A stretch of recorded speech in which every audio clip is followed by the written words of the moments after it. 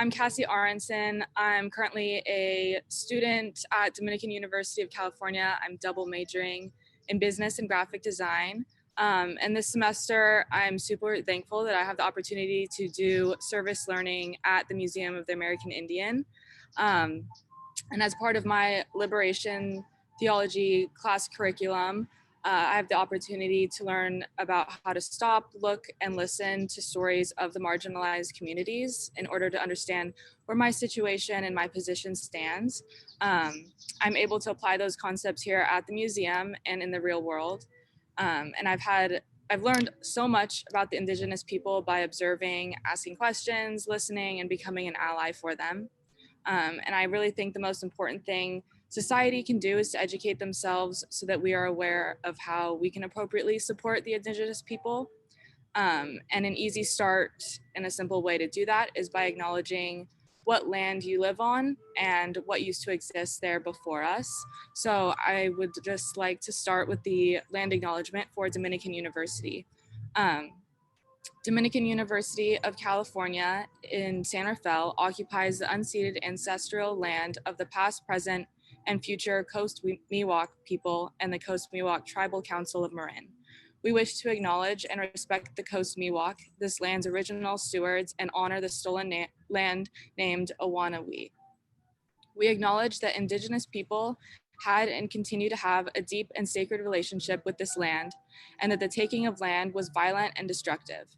We acknowledge that in the colonization of California, the Catholic Church, especially through the mission system and the early Spanish, Mexican, and American governments, decimated Indigenous people and attempted to eradicate their culture.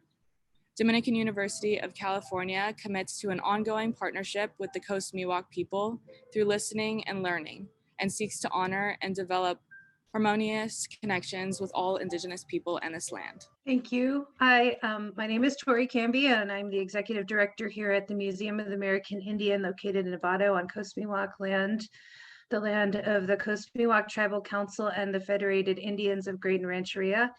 And I'm really happy to be here today to introduce my dear friend, Dana Hawke. I've known Dana pretty much since I was just about 3 years old. And coincidentally, we were two Indians living across the street from each other in San Anselmo, which is a very rare thing to find, that we were across the street from each other. And we have shared a lot of experiences throughout our time in being friends and sisters. We were on a drum for a long time together and attended a lot of powwows. Dana has been an educator for many years. She's an herbalist. She's an activist. She's an advocate for American Indian people. She's been to Standing Rock. She's done a lot. And I'm so happy to have her here to share her wisdom and her knowledge with you all today. Thank you. Dana? Thanks, Tori. Thank you, everyone, for having me here. I'm going to start with a request.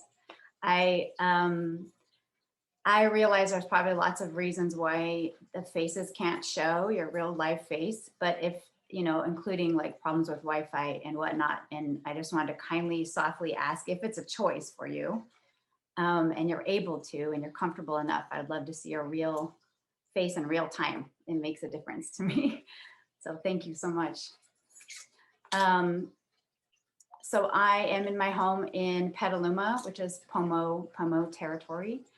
And I am really grateful. So thank you so much to everybody, Church of the Redeemer and Dominican University and the Museum for the American Indian and Novato, and everybody that I don't even know who is part of making this happen. I'm the third in a series of three, and I'm friends with Henry and Dave Escobar. So that was really neat to hear them, and here I am.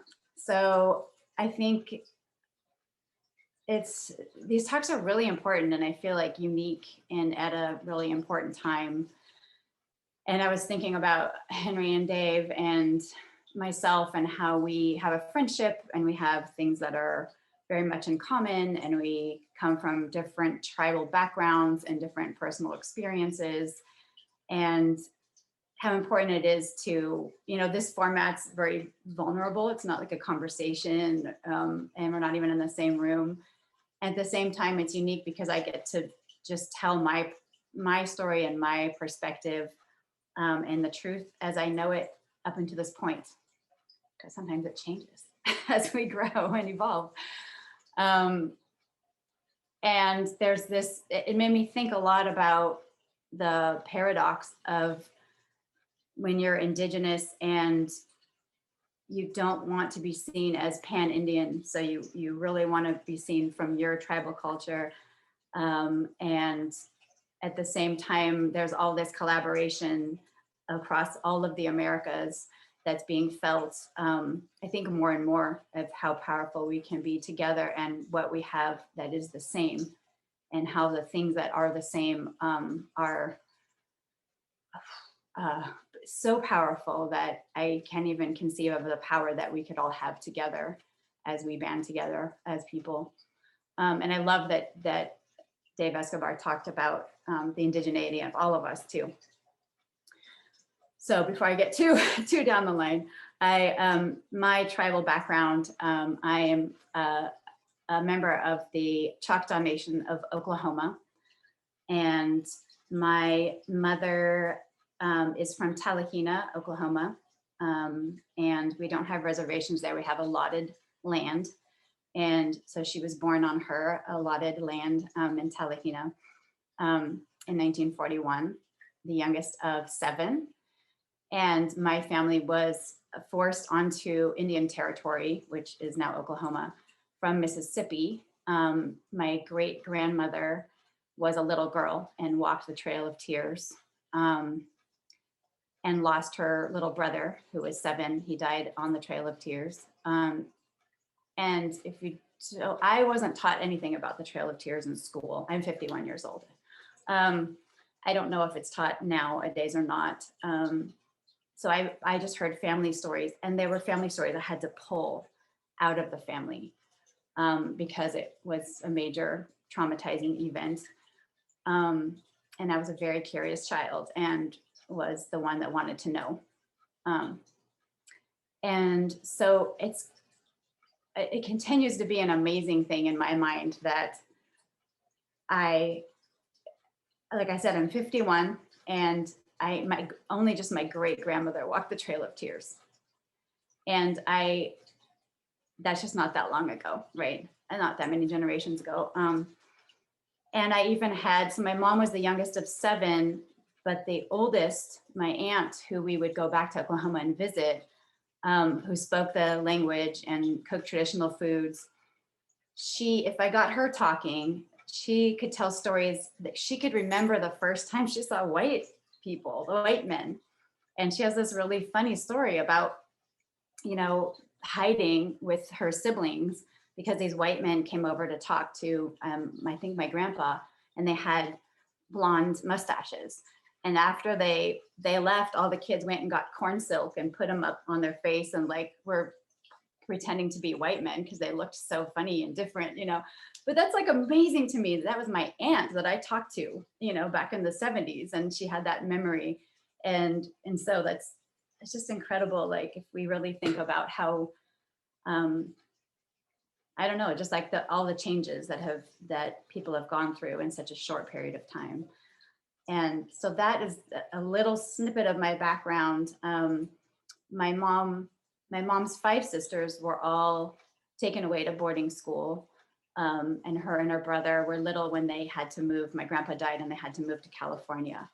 And so, I didn't grow up going to Choctaw ceremony. I have a little bit of the language, and I don't have anybody to talk to, really. And so I'm going back, I'm going back to visit for the first time in many years. And I'm going to start to really try to get into some ceremonial spaces and make connections in Oklahoma. But I grew up in Marin, like Tori said, and I was lucky enough to be a part of Miwok and Pomo ceremonies throughout my whole life out at Kulialeklo, and be amongst elders there and Lanny Panola and Bun Lucas. I have clear memories of them as a little girl. And so, and I have dear friends that are Pomo and Miwok. And so it's kind of, I'm coming from this interesting space of, like what we were talking about, the things that are the same and what felt like home to me, because California has always been home to me, even though part of my heart is in Oklahoma, part of it's Mississippi. But being brought into ceremonial space by relatives from another tribe that saw me as a relative, and how that has fed my spiritual life all my whole life, and the deep connection to Point Reyes, that I feel since I was a baby. So I was thinking about, well, to back up a little bit. So my mom, Choctaw, we always say Choctaw because that's what we identify as, and we're all members of the Choctaw Nation. And we also have Cherokee, but it's more like people just talked about, oh yeah, and we're Cherokee too. So Lagi is the name that people use now for Cherokee. My father was Danish, first generation American Danish. So I'm mixed blood, and identity has been a big thing that I've explored. And, I think in Indian country, it's a big thing too. Blood quantum and identity is a big issue, right? Issue, maybe not issue, but a conversation as we decolonize our ways of thinking. So that's a whole other talk probably, but we could maybe talk about that a little more later. When I was invited to this talk, I was looking at the word resiliency, and I do want to talk a bit about that word. I've been an early childhood teacher for over 30 years. And I always have a problem with the word resiliency, because what do people say about children? Children are so resilient. And I feel that in my internal organs, like, oh, like a lot of times, most times when people are saying that, a child has been through trauma, big T or small t trauma, and they happen to be still playing with toys, or they happen to still be having a friend or doing something that we see as a normal childhood trait. And, oh, but look, they're so resilient. They're sitting in the middle of war rubble playing with their doll. Okay, let's move on to something else. So for me personally, resiliency is a cop-out. And it might not always be used that way, but that's my experience of the word resiliency. And, I have this lifelong kind of bitterness that my language is English, because I feel like English is so limiting. If you study languages, it's so limiting. Like I was reading that so many languages have so many words for mixed emotions, and there's one in English, and it's bittersweet. Everything else is like sad, angry, happy, and it's just like, it's just not a very poetic, nuanced language. It just isn't. And I feel like there's some tribal language, maybe Choctaw, that has the right word for what we're trying to say that Native people are. But I know Dave Escobar did this, and I'm going to do it also, because I just really think it's important, the words we use, and to understand them. And so I did look it up also, and it says being able to withstand or recover quickly from difficult conditions, able to recoil or spring back into shape after bending, stretching, or being compressed. So, get with it, get back into shape quickly from genocide.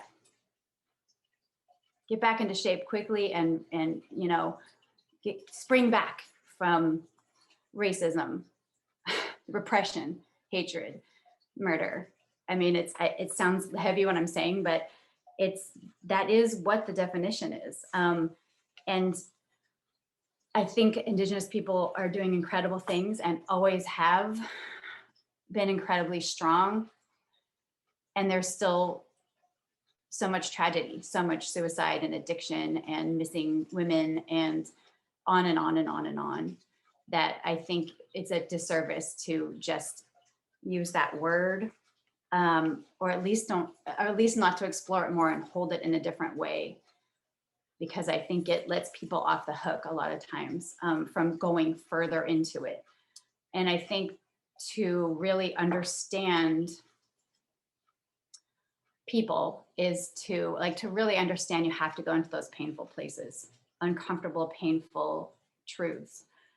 And it doesn't mean we're erasing all the victories and all the strength. And amazing in my own family that my grandmother survived that as a child, and the loss of her sibling, and who knows what else she saw on the Trail of Tears, and the determination of the Choctaw people and other tribes that were on the Trail of Tears to go to this wasteland, considered a wasteland of Indian territory, where the white people didn't want it, nothing was growing there, and to thrive, to actually really thrive and become amazing farmers and very organized people.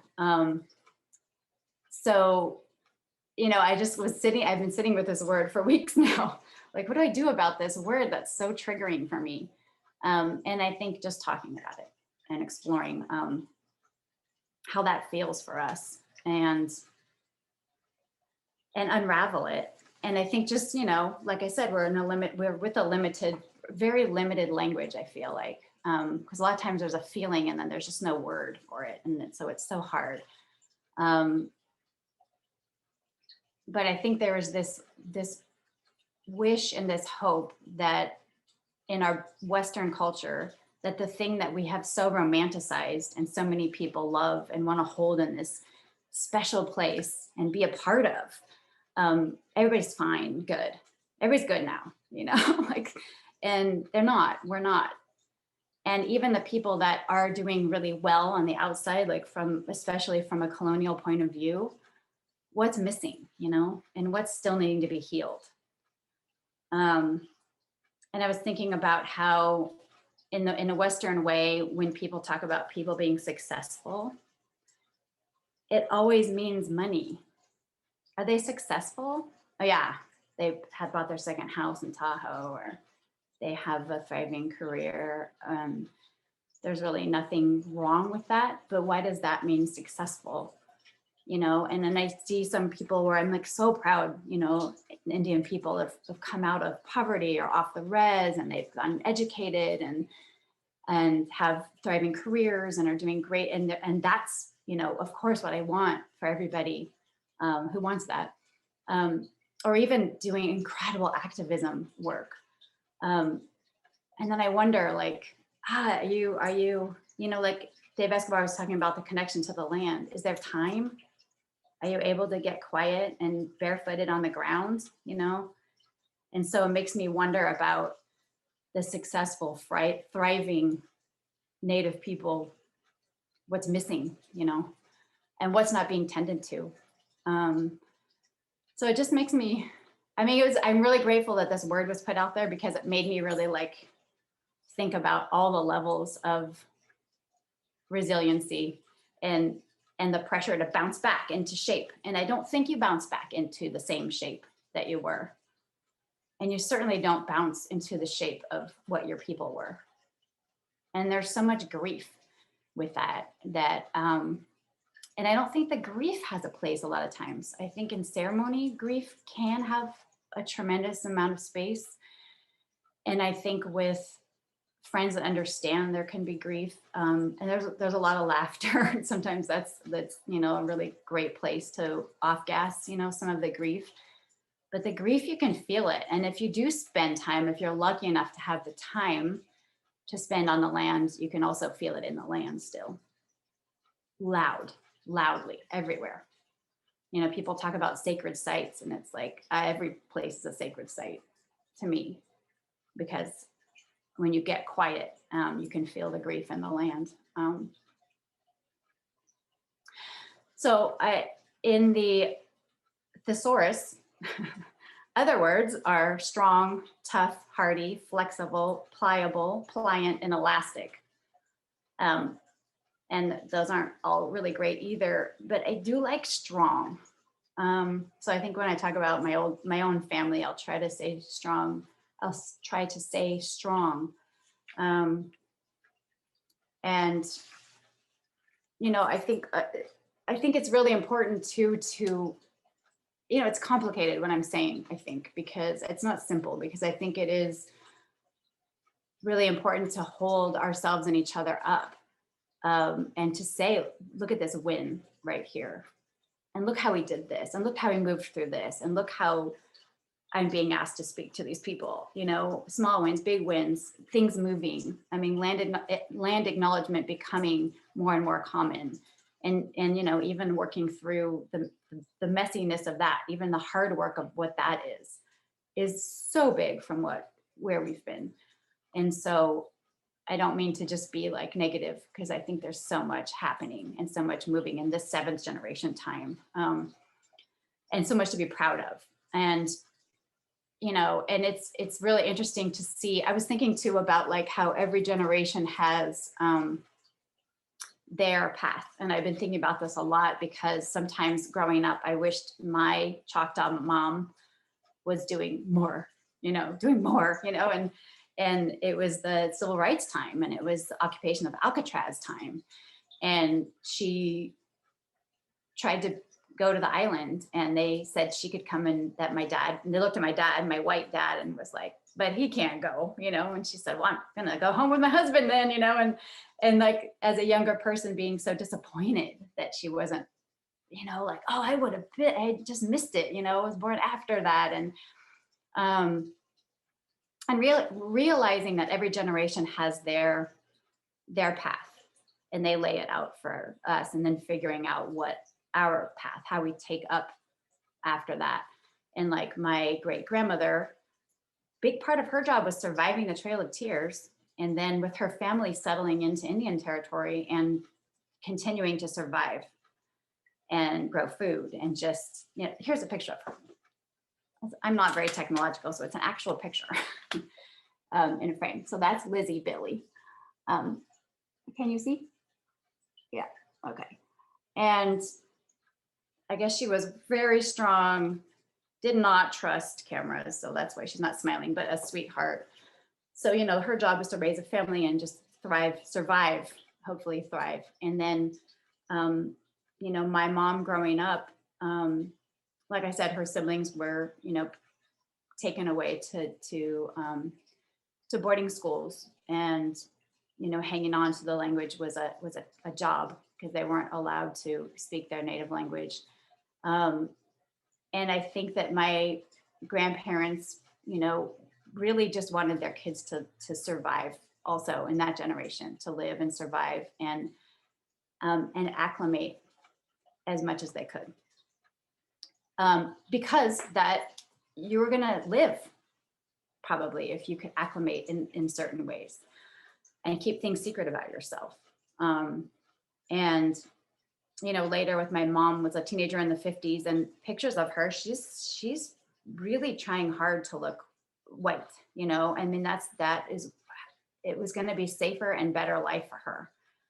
And so like, I don't feel as judgmental as I used to be when I was younger. It's like, keep safe, keep alive. And everybody has their role in their generation.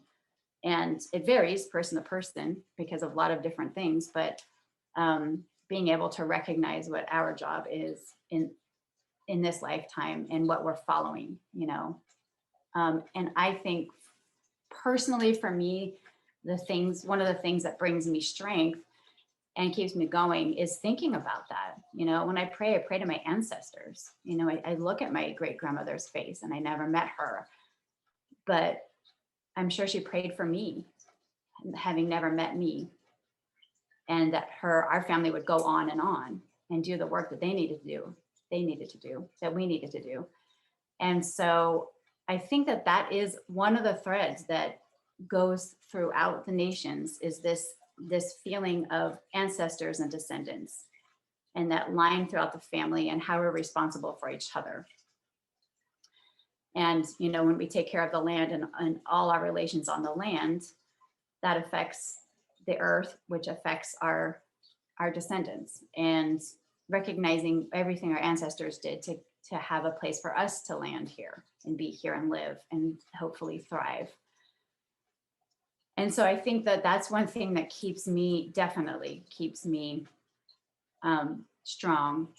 I keep on wanting to say resilient, and I can, as resistant as I am, but that's one thing. And, the land connection, it gets hard to keep that. But when I started studying herbs and wild foods, I definitely relearned what I knew as a child, of just to be in nature and to listen and to just drop in and not be on a clock.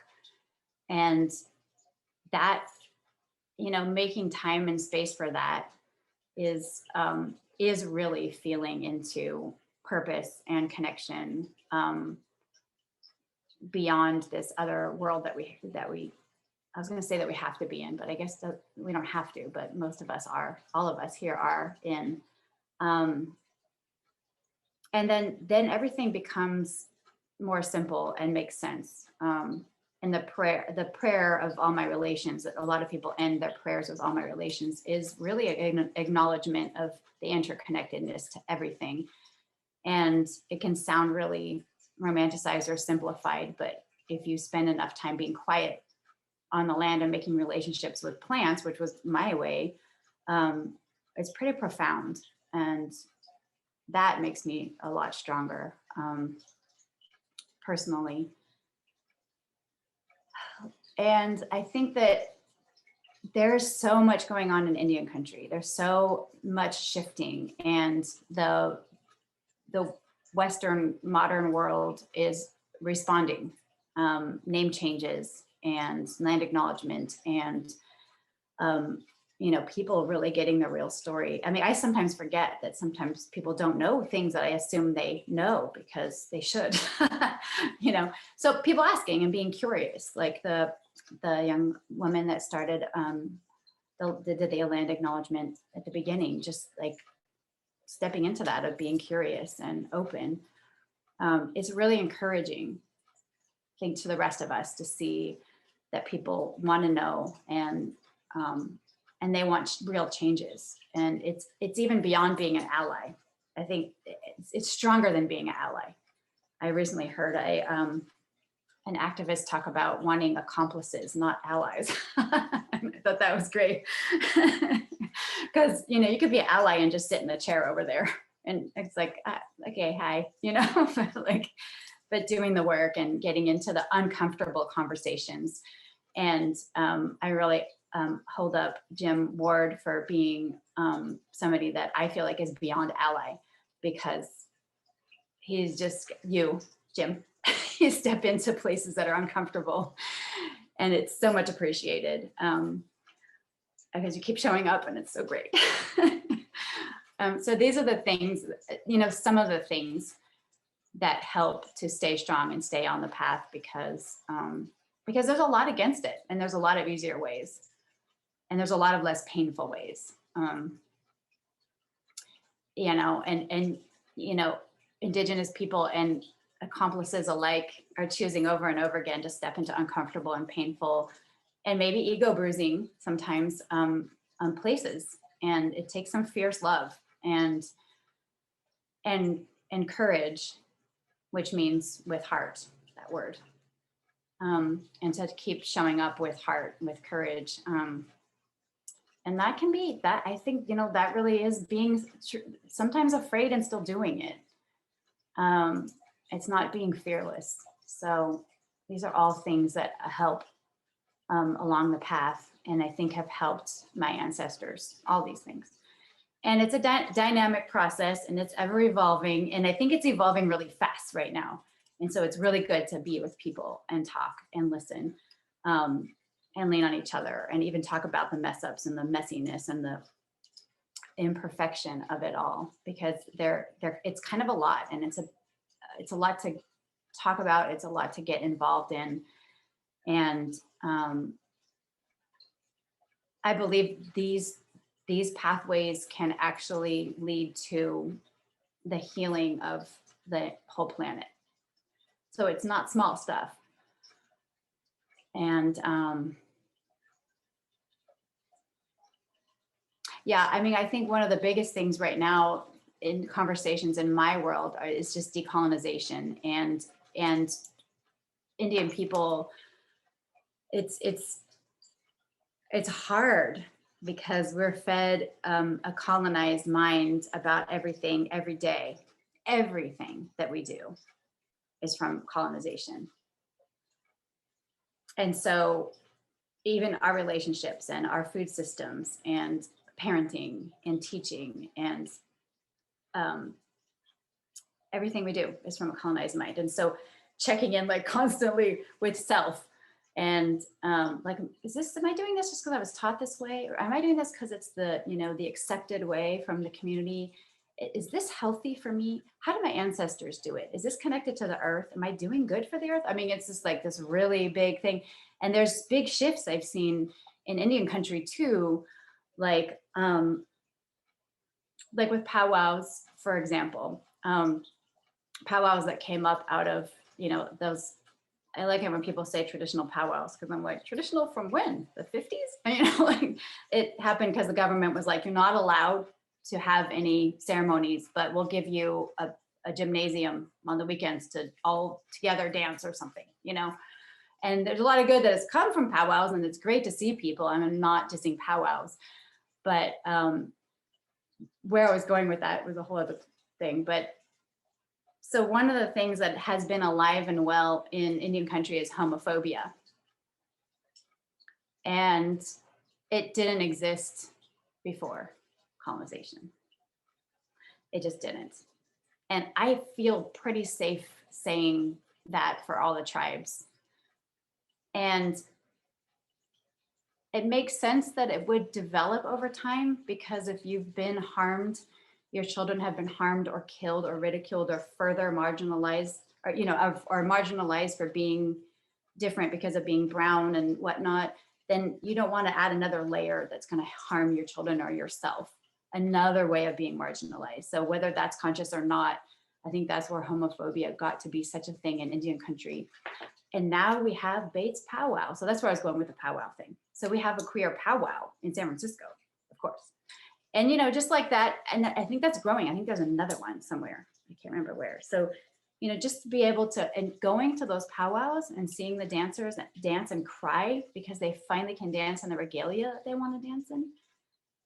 Stuff like that is just, for me, extremely profound. I mean, that's breaking through colonization.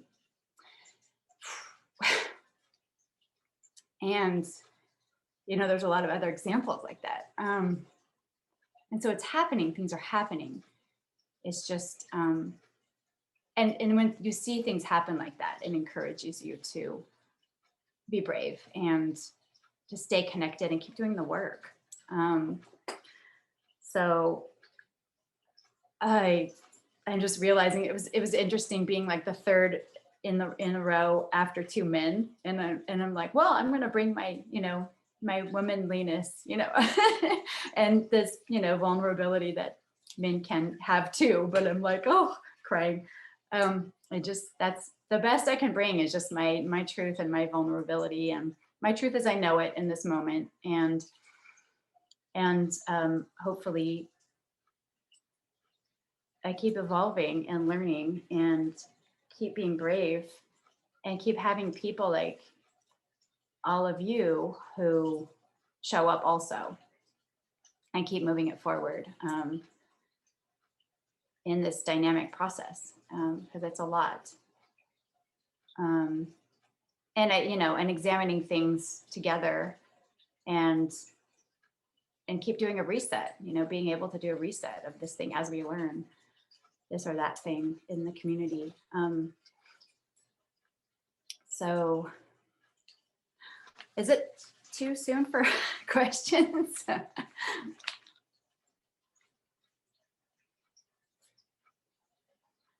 feel like I talk really fast.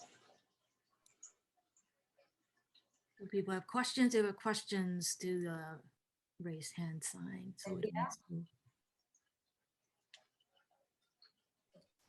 I want to thank you for all your beautiful ideas. I want to thank Tori for taking my students. They've been sharing with us wonderful things.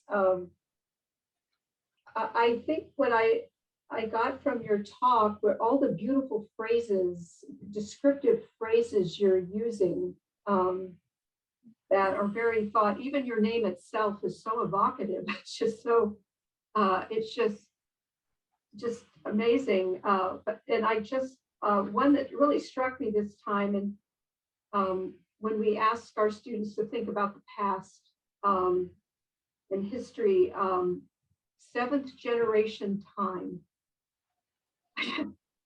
I just think that's such a, because, you know, we are thinking about our American story now in generations. I think in generations, I've been called the baby boomer generation, and I don't know how I feel about that, but anyway, I just, seventh generation time is just very powerful way to think about it. And then it gets you thinking about your ancestors, and anyway, I just think so many of the phrases you use are so powerful, but to think in terms of generations has been a very helpful idea. And I don't know if you want to add anything to that, but I just I want to thank you. I just had so many, I kept writing down all these phrases you were using, or the way you expressed yourself, even because you were talking about what does resilient mean and everything. But anyway, just the evocative terminologies and phrases you're using just really struck me as something. So I'll mute now, but thank you so much. Thank you so much for saying that. Good. Yeah, seventh generation. It's interesting how many tribes have that. What do you call it? Can't think of the word right now. But yeah, that seventh generation has been talked about for so many generations, and here we are. And that's part of it. And the land back movement is part of the what is that word, Tori? When you I can't think of the word right now. Anyway, when something is predicted, you know, I don't know why that word isn't coming to my brain right now, but it, but yeah, so land back was specifically part of the seventh generation thing, and it's happening. So it's really interesting, yeah, and exciting and encouraging. I've got my land back earrings on. Oh yeah. All right. We're teaching our first high school group here today, so I was like, these are perfect to share with the kids. Yeah, prophecy. Sorry, is prophecy for many tribes. Okay. So, it's funny because my favorite format's actually council. You know, like a group and posing questions and having more feedback, and so I know that this was a lecture and it's fine, but it's so funny because I always want to hear from other people. That's my preferred format. Yeah, but it's more Indigenous too. Well, when Cynthia was saying the thing about just the things that you were saying sticking when you were talking about your grandma and trying to think of her as being resilient, like trying to spring back from that experience of being on the Trail of Tears, that was just hit hard in my gut. Because I mean, that's what I think of too personally when I think of my relatives, like how could they bounce back from that? And you see the trauma of those things ripple out in their life afterwards, and trying to just move forward after that. And it's not compassionate. It's not what we should be doing as humans, trying to think people can bounce back from this kind of stuff. Yeah, we don't make enough space for it. Right. And I was thinking also about I was thinking more about Alcatraz and how a lot of the people in the 60s that came to Alcatraz, a lot of people were part of the Relocation Act, and they were just like, I know one family the single mom, and she was just watching TV in Oakland with all her kids. And she was like, oh, look, Indians, what are they doing? We don't know there's no Indians here in Oakland, you know? And there, of course there were.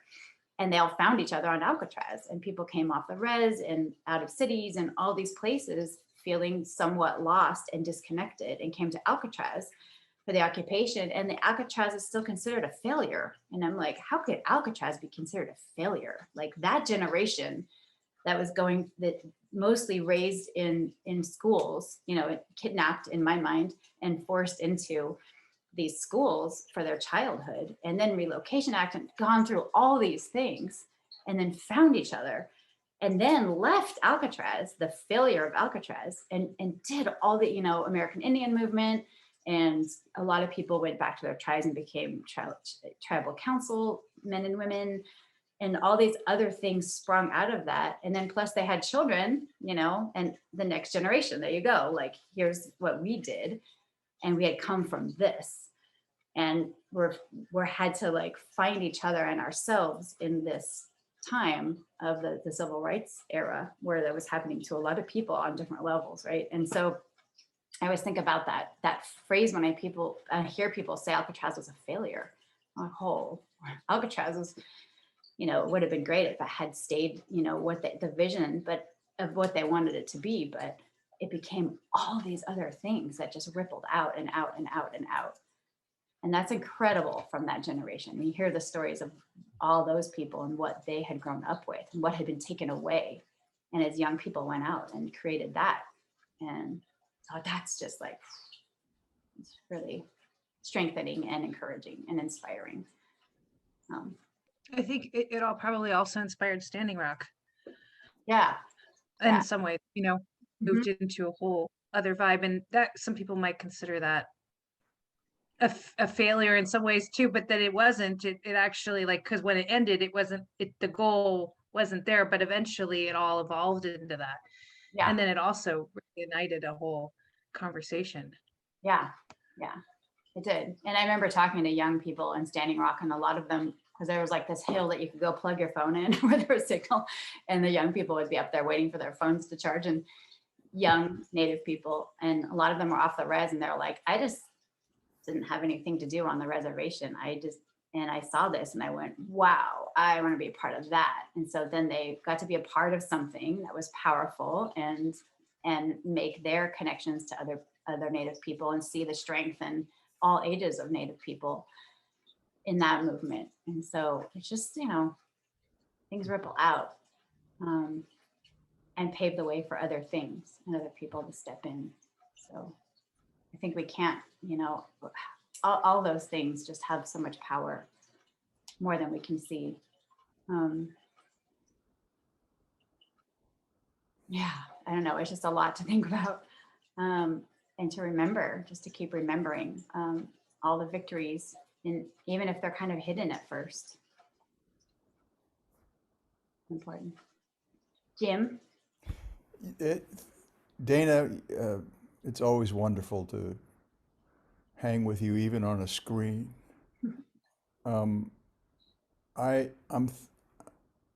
idea of resilience and the connection with trauma is, I think, critical. And I, you know, I have been so educated by trying to sort of step into the moccasins, excuse the expression, of people who were removed and decimated and conquered and you name it. But I think I kind of am beginning to get that trauma. But there's another trauma that's actually even closer to me, and that's the trauma of the perpetrator, the trauma of the conqueror. And how does that person unpack that, or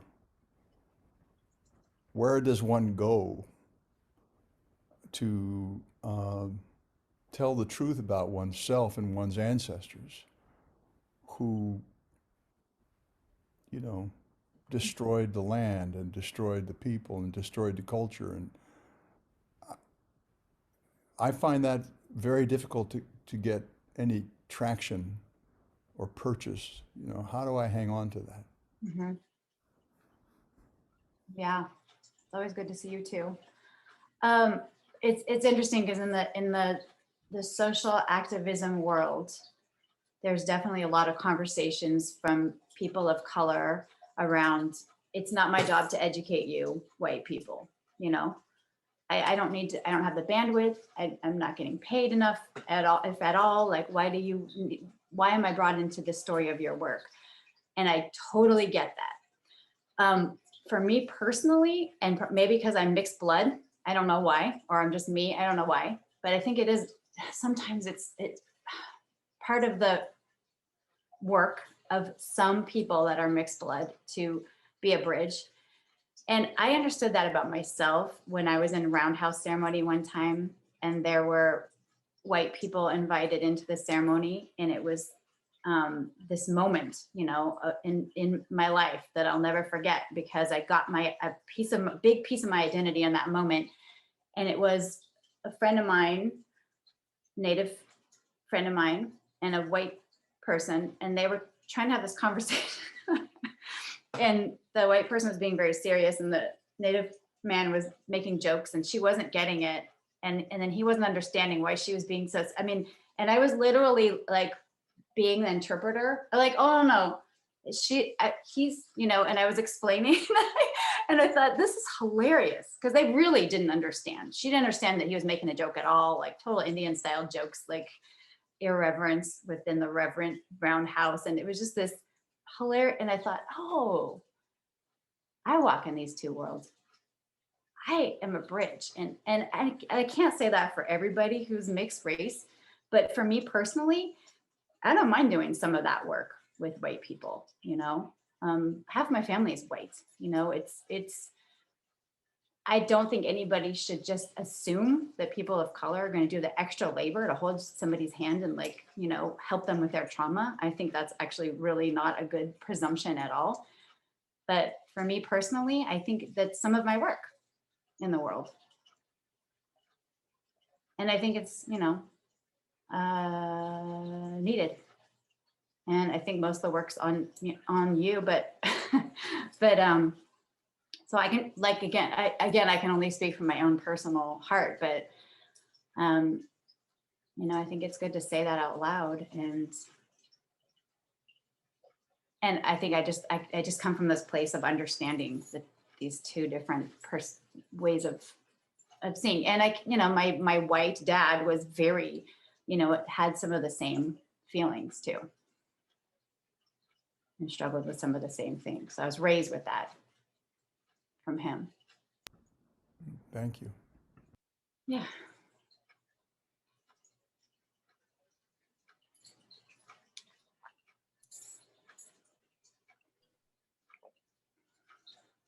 Dana, I want to thank you for, you know, bringing up this spin on resiliency. And I think it's important to point out that this is actually, and I like how you say that resiliency is a cop-out. Maybe we should title this talk with it. But, you know, I think this calling out is so important. And, you know, this culture that we have where making space for healing is seen as an inconvenience to the system. I think that might be the cause of a lot of the generational trauma that we're seeing in this picture. And so I'm wondering if you know, just out of your own personal experience, have places where you could maybe give us examples so that people who are new to this could have a more concrete understanding of where some of those seemingly inconvenient spaces could be, that's really important for that healing that's necessary for people to move beyond just, you know, this resiliency where people are just trying to survive because there's no space for that healing. And so what might be some things that, or spaces, or seemingly inconvenient stuff that, you know, we should all be paying more attention to, or be called out to pay more attention to? The spaces. I mean, I think that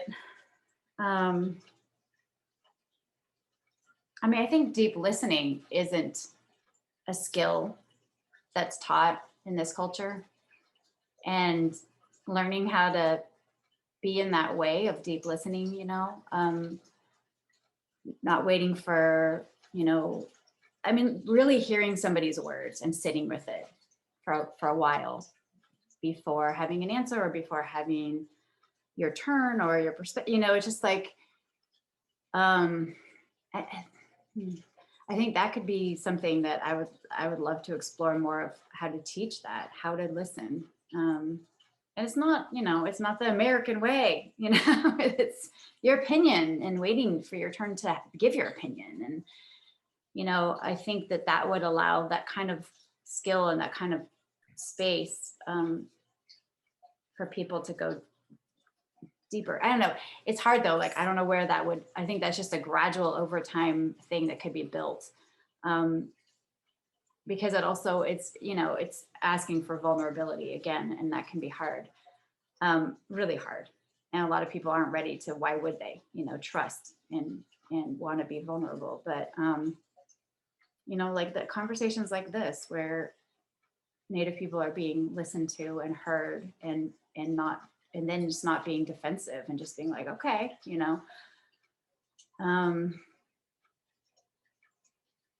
yeah, I have to think about that more, but it's a really good question and it's a really good thing to think about. I think you were showing us a couple things, Dana, today, by inviting everyone to turn on their camera to show their faces. I think that's a really good way to maybe start this process, or to say, hey, this is probably more like a lecture type stuff, but then, the preferred way is probably to have a conversation. And so I think you already demonstrated some of the approaches. Yeah, thanks. Yeah, it's funny. I was thinking this morning, is it time to wrap up? Oh, sure. You have 4 minutes, but okay. I was thinking this morning about how, even just a few years, maybe 5 years ago, my approach to this talk would have been quite different. And I think that, part of my story, just in my personality, is to make everyone feel comfortable and for everyone to get warmth from me and for me to be liked. And now in my 50s, magically, those things aren't as important to me. The truth is, but sometimes that narrates like so much of what you think the truth is. That's why I'm saying I'm evolving. I'm still evolving. I'm still growing. I'm still learning. And I like that Henry said that too. And, it's like, I probably would have given answers that were more comfortable. I wouldn't have wanted to seem rude by asking you to show me your face. Or to like change the format a little bit, or to criticize the word that was used to title this.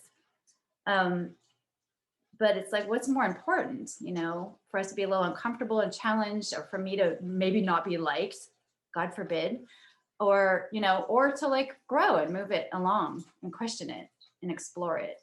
And it's so great. It's so much better. And try to stay in that place of grace, at the same time. So I really appreciate this opportunity for all the reasons, and it feels really good to my heart.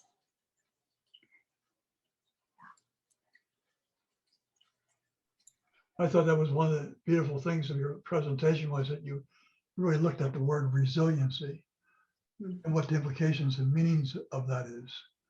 And it's a very profound word, and it's got a lot of subtlety and nuance to it.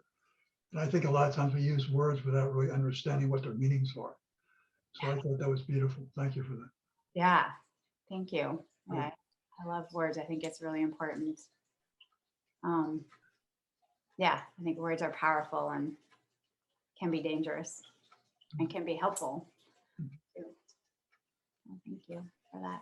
Wanted to add that I think part of the problem is that resilience is talking about individuals, and it's not talking about systemic oppression, and so it kind of washes away that fact that people were systemically oppressed, slaughtered. And so, and the first step is really to be able to go to those uncomfortable spaces around that. Mhm. you know. So, and I think that's where things get conflated a lot, is because people just want to talk about individual healing and individual resilience, but, and, you know, that's what is the land acknowledgement should be about, you know, how are we going to actually make reparations, structural change around these issues. Anyway, Yeah, thank you. yeah, thank you. Totally. Yep. Lots of work to do. Yeah. Well, thank you so much again. Really appreciate everybody. Thank you, Dana.